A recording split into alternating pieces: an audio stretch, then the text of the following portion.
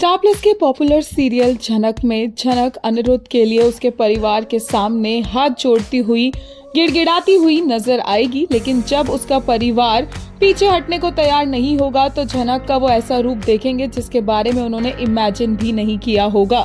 झनक बेसिकली अनिरुद्ध के लिए मंदिर से चढ़ा हुआ एक फूल लेकर आएगी और वही वो अनिरुद्ध के पास रखना चाहेगी ताकि उसकी तबीयत ठीक हो जाए, लेकिन उसका परिवार उसे आगे जाने ही नहीं देगा। एक एक करके हर कोई झनक को पीछे करता नजर आएगा, चाहे फिर वो बिपाशा हो या अनिरुद्ध के माँ बाप हो। लेकिन इस सब में झनक का साथ देंगे एक तो छोटन और दूसरे आदित्य कपूर। यहाँ पर डॉक्टर आकर कहेंगे कि जिन्होंने डॉक्यूमेंट पर साइन किया है उसी की जिम्मेदारी होगी हॉस्पिटल की, और झनक ने एज वाइफ साइन किया होगा, इसीलिए झनक आगे जाने लगेगी। लेकिन उसके माँ बाप कहेंगे कि झनक अनस्टेबल है। झनक कहेगी कि वो ये सब किस बेसिस पर कह रहे हैं। झनक कहेगी कि वो तो वापस आना ही नहीं चाहती थी, लेकिन वो लोग अनिरुद्ध को अच्छे से संभाल तक नहीं पाए, जिस वजह से आज उसकी ये हालत हो गई है। इसलिए अब वो वापस आ गई है क्योंकि उसका पति बीमार है और इस वक्त उसके पति को उसकी जरूरत है।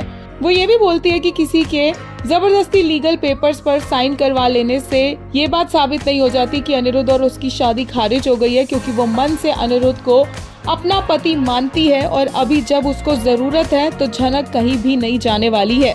वो लोग धमकी देते हैं कि वो पुलिस को बुला लेंगे और आदित्य कपूर कहता है कि पुलिस सिर्फ उनको नहीं जानती है, बाकी सबके लिए भी पुलिस है, बुला लो पुलिस को, जो करना है कर लो। आदित्य कपूर ये भी बताते थे कि कैसे मुंबई में झनक की तबीयत खराब होती है और अनिरुद्ध जैसे ही फूल लेकर आया था झनक ठीक हो गई थी। वो बोलता है कि अब वो विश्वास करने लग गया है इन दोनों के रिश्ते में, इनके बॉन्ड में, लेकिन फिर भी उसके घर वाले नहीं मानते और फाइनली झनक को रौद्र रूप लेना पड़ता है।